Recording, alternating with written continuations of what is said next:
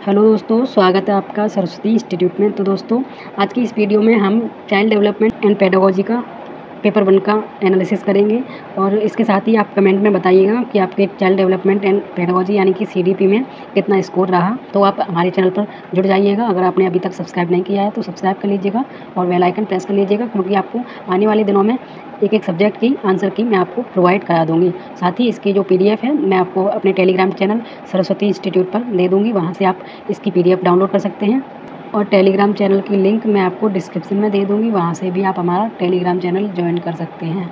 तो बिना देर किए देख लेते हैं सीडीपी के क्वेश्चन 30, इनके आंसर्स क्या होंगे। इनको आपको मैच कर लेना है और आपका स्कोर कितना रहा ये आपको कमेंट में बताना है। तो क्वेश्चन नंबर 1 है, प्रगतिशील शिक्षा में बच्चों को किस तरह से देखा जाता है। इसका हमारा करेक्ट आंसर है ज्ञानवर्धक और अर्थ की रचना करने वाले।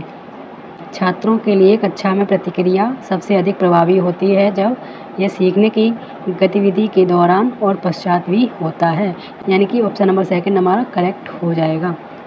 क्वेश्चन नंबर 3 में अभिकथन लिया गया है, किशोरावस्था के दौरान जेंडर अपेक्षाओं के अनुरूप स्त्रीत्व या पुरुषत्व की परंपराओं का पालन करने के लिए दबाव बढ़ जाता है।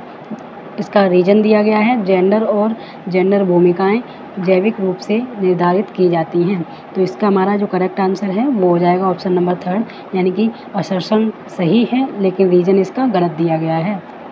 क्वेश्चन नंबर 4 है, सुनीता एक 12 वर्षीय लड़की विशेष संगीतीय क्षमता रखती है। उसके माता पिता दोनों ही निपुण गायक हैं और वे सुनीता को अपनी आवाज़ को और बेहतर करने के लिए प्रशिक्षण कक्षा में भेज रहे हैं। सुनीता की यह क्षमता संभावित रूप से किन कारकों की अंतःक्रिया का परिणाम है। तो इसका करेक्ट आंसर हो जाएगा ऑप्शन नंबर 3, आनुवांशिकता और वातावरण के अंतःक्रिया का परिणाम होता है। क्वेश्चन नंबर 5 है, संवेदनशील अवधि वह समय अवधि होती है जिसके दौरान रिक्त स्थान विशेष रूप से सामान्य विकास के लिए महत्वपूर्ण होती है। तो संवेदनशील अवधि के लिए पूछा गया है, इसका हमारा करेक्ट आंसर हो जाएगा मानव जाति कारक। क्वेश्चन नंबर 6 है, विद्यार्थियों में समालोचनात्मक चिंतन को विकसित करने के लिए एक शिक्षक को क्या करना चाहिए। तो ऐसे सवाल देने चाहिए जिनमें निष्कर्ष और व्याख्याएं शामिल होती हैं। क्वेश्चन नंबर 7 है, एक शिक्षिका खुद से पूछती है, मैं ऐसे अनुभव कैसे प्रदान कर सकती हूँ जिसमें छात्रों को पर्यावरण में विभिन्न प्रकार की वस्तुओं को वर्गीकृत करने और उनकी वर्गीकरण के स्कीमों का विश्लेषण करने की आवश्यकता हो। वह छात्रों में किस बुद्धिमत्ता को बढ़ावा देने की कोशिश कर रही है। तो इसका करेक्ट आंसर हो जाएगा प्राकृतिक बुद्धिमत्ता को। क्वेश्चन नंबर 8 है, महारत हासिल करने के लक्ष्य निर्धारित करने से छात्र की अभिप्रेरणा और योग्यता के बारे में विचार कैसे प्रभावित होते हैं। तो इसका हमारा करेक्ट आंसर हो जाएगा ऑप्शन नंबर 2, यह अक्सर योग्यता के वृद्धिशील दृष्टिकोण में बढ़ी हुई आंतरिक अभिप्रेरणा और विश्वास को दर्शाता है। क्वेश्चन नंबर 9 है, रमा एक शिक्षिका है जो वाइगोत्स्की के सिद्धांत को अपनी कक्षा में लागू कर रही है और वह एक चुनौतीपूर्ण कार्य को पूरा करने के लिए अपने छात्रों को समूहों में काम करने के लिए नियुक्त करती है। कार्य के दौरान एक छात्र एक महत्वपूर्ण संकल्पना को समझने के लिए संघर्ष करता है। रमा के लिए इस छात्र की मदद करने का सबसे प्रभावी तरीका कौन सा होगा। तो इसका हमारा करेक्ट आंसर हो जाएगा ऑप्शन नंबर 4, छात्र के साथ समस्या पर काम करें और समूह के अन्य सदस्यों को शामिल करते हुए आवश्यकतानुसार मार्गदर्शन और प्रतिपुष्टि प्रदान करें, यानी कि फीडबैक आप बच्चे को दे सकते हैं। बच्चा अगर किसी भी कार्य को करने में समस्या का सामना कर रहा है तो आप बच्चे को फीडबैक दे सकते हैं। ये वाइगोत्स्की ने बताया था, आपको पता भी होगा। क्वेश्चन नंबर 10 है, इसका असर्शन लिया गया है, शिक्षकों को विद्यार्थियों के बीच बहस, चर्चा और सहयोग को प्रोत्साहित करना चाहिए। इसका रीजन दिया गया है, ज्ञान उत्पादन एक निष्क्रिय प्रक्रिया है और सामूहिक गतिविधियों में संलग्नता अर्थपूर्ण अधिगम में बाधा डालता है।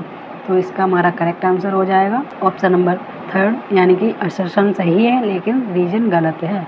क्वेश्चन नंबर 11 है, भावनाओं, व्यक्तित्व और सामाजिक संबंधों में परिवर्तन और स्थिरता किस विकास में शामिल है। करेक्ट आंसर हो जाएगा ऑप्शन नंबर 4, संज्ञानात्मक विकास। क्वेश्चन नंबर 12 है, छात्रों के विविध समूहों को पूरा करने के लिए निम्नलिखित में से कौन सांस्कृतिक रूप से उत्तरदायी शिक्षण का सही वर्णन करता है। तो इसका करेक्ट आंसर हो जाएगा ऑप्शन नंबर 3। क्वेश्चन नंबर 13 है, स्कूलों को उस ढांचे के भीतर कार्य करना चाहिए जो तैयार उत्पाद और सीखने के परिणामों का आकलन करते हैं। रीजन दिया गया है, सीखना पक्के तौर पर अनुक्रमिक और पदानुक्रमित होता है। तो इसका करेक्ट आंसर हमारा हो जाएगा ऑप्शन नंबर 4 यानी कि असर्शन और रीजन दोनों ही गलत दिए गए हैं।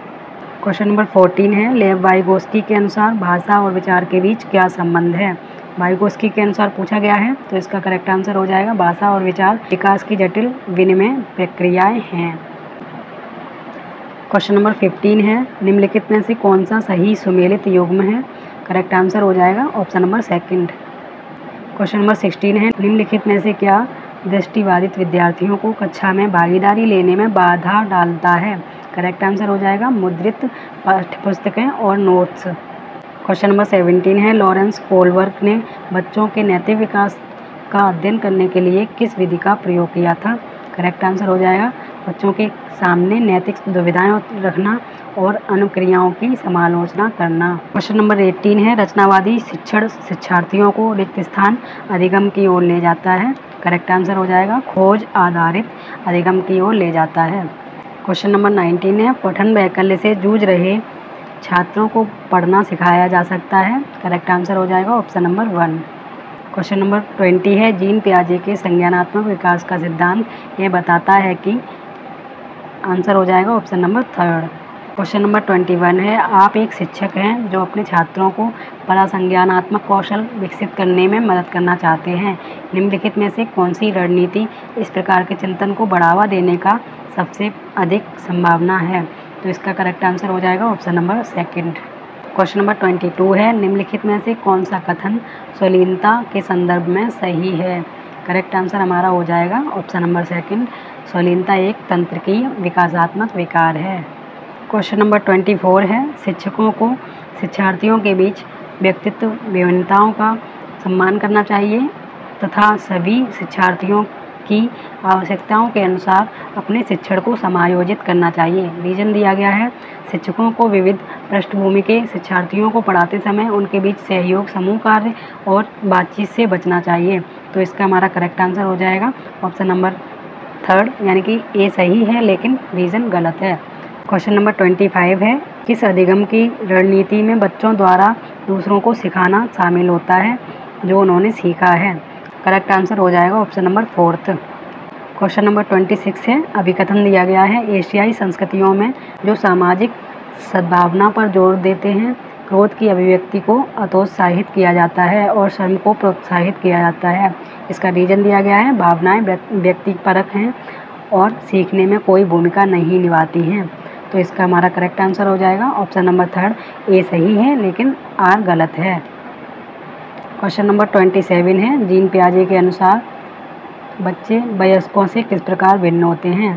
करेक्ट आंसर हो जाएगा बच्चों की सोच वयस्कों से गुणात्मक रूप से भिन्न होती है। क्वेश्चन नंबर 28 है, निम्नलिखित में से कौन सा प्रश्न विश्लेषणात्मक चिंतन को बढ़ावा देता है। करेक्ट आंसर हो जाएगा ऑप्शन नंबर 4 भारत में जनसंख्या वृद्धि के विभिन्न कारण क्या हैं। क्वेश्चन नंबर 29 है, समावेशी कक्षाओं में। इसका करेक्ट आंसर हो जाएगा ऑप्शन नंबर 4 बच्चों के बीच हर तरह की विभिन्नता को दूर करने का लक्ष्य रखती है। तो हमारा लास्ट क्वेश्चन है, असर्शन दिया गया है, शिक्षकों को बच्चों को प्रयोग के लिए बहुत सारे अवसर देने चाहिए और उदाहरणों व गैर उदाहरणों पर चर्चा करनी चाहिए। रीजन दिया गया है, बच्चों में गलत अवधारणाओं से निपटने का एक रचनात्मक तरीका विपरीत उदाहरण प्रदान करना है। इसका करेक्ट आंसर हो जाएगा ऑप्शन नंबर ए यानी कि असर्शन और रीजन दोनों ही सही हैं और असर्शन की रीजन सही व्याख्या करता है। तो इस तरह से हमारा जो CDP का 30 क्वेश्चन का सेट था वो कंप्लीट हो गया है। आपका स्कोर कितना सही हुआ ये आप कमेंट में बताइएगा। बाकी आप इसकी PDF हमारे टेलीग्राम चैनल पर ज्वाइन होकर डाउनलोड कर सकते हैं और टेलीग्राम चैनल आपको सर्च करना है सरस्वती इंस्टीट्यूट के नाम से, वहाँ से आप उसको ज्वाइन कर सकते हैं। बाकी टेलीग्राम चैनल की लिंक मैं आपको अपने डिस्क्रिप्शन में दे दूँगी, वहाँ से आप हमारा टेलीग्राम चैनल ज्वाइन कर लीजिएगा और आपको वहाँ से ये PDF डाउनलोड कर लेनी है। तो चलिए, उम्मीद है आपके क्वेश्चन जो हैं वो सही हुए होंगे और आगे की वीडियो में हम EVS और मैथ, इंग्लिश, साइंस और संस्कृत का और हिंदी का सेट कराएंगे। इस तरह से आपके जो टोटल पेपर है उसका टोटल स्कोर भी आपको पता चल जाएगा। तो चलिए मिलते हैं एक नई वीडियो के साथ, तब तक के लिए जय हिंद।